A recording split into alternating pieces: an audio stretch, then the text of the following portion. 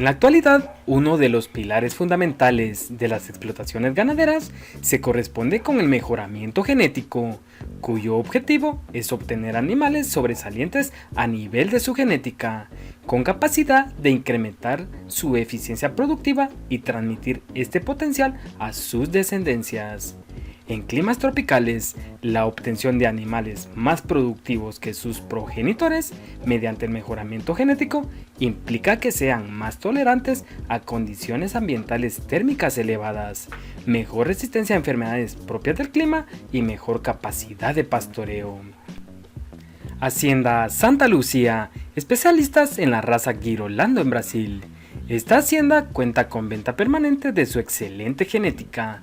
En la descripción del video te dejaremos los datos de contacto. Por favor, suscríbete y dale al botón de me gusta. Gracias por vernos.